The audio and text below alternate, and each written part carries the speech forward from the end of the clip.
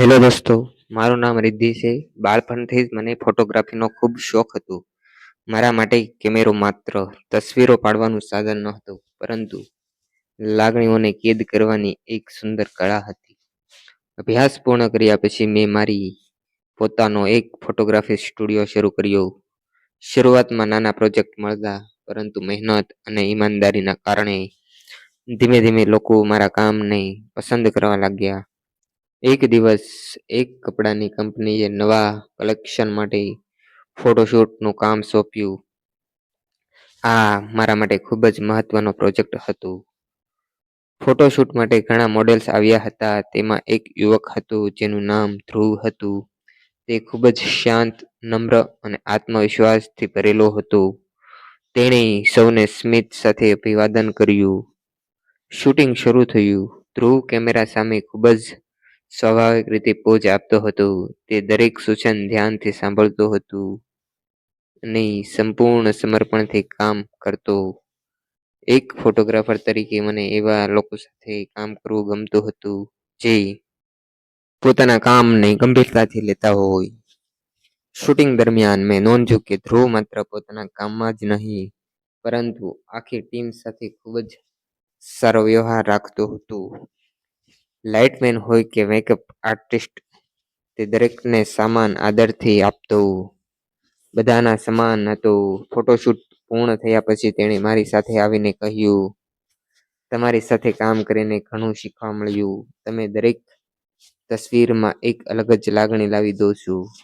મેં હસીને કહ્યું, "સારી તસવીર પાછળ આખી ટીમની મહેનત હોય છે." થોડા અઠવાડિયા પછી અમને ફરી એક પ્રોજેક્ટમાં સાથે કામ કરવાની તક મળી.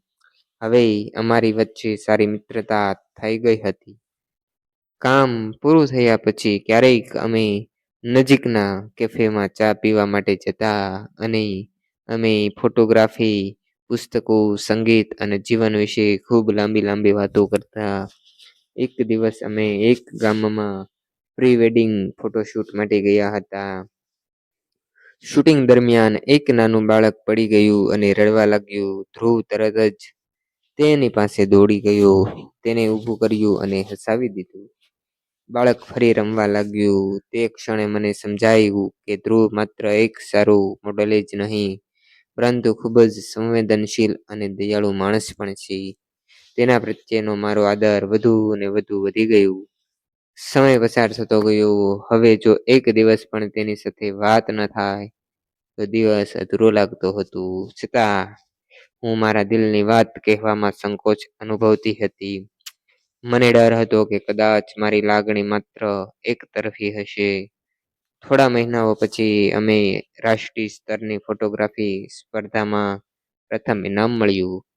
એક ખુશીના દિવસે ધ્રુવ સૌથી પહેલા મને અભિનંદન આપતો આવ્યો. તેણે મારા માટે એક નાનો કેમેરા આકારનું સ્મૃતિચિહ્ન ભેટ આપ્યું.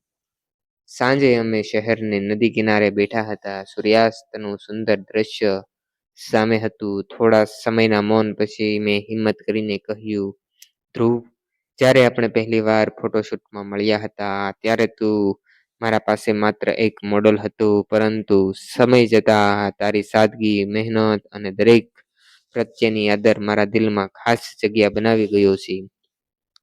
આજે હું દિલથી કહેવા માંગુ છું કે હું તને પ્રેમ કરું છું." ધ્રુવ થોડા ક્ષણ શાંતિ રહ્યો. પછી તેની આંખોમાં ખુશીના આંસુ આવી ગયા. તેણે ધીમેથી કહ્યું, "રિદ્ધિ, હું પણ ઘણા સમયથી આ જ વાત કહેવા માંગતો હતો, પરંતુ મને ડર હતો કે ક્યાંક આપણી મિત્રતા તૂટી ન જાય. હું પણ તને પ્રેમ કરું છું." એક ક્ષણે મને લાગ્યું કે મારી જિંદગીની સૌથી સુંદર તસવીર આજે મારા દિલમાં કેદ થઈ ગઈ છે. થોડા સમય પછી અમે મારા પરિવારને મારા સંબંધ વિશે જણાવ્યું. બંને પરિવારો મળ્યા.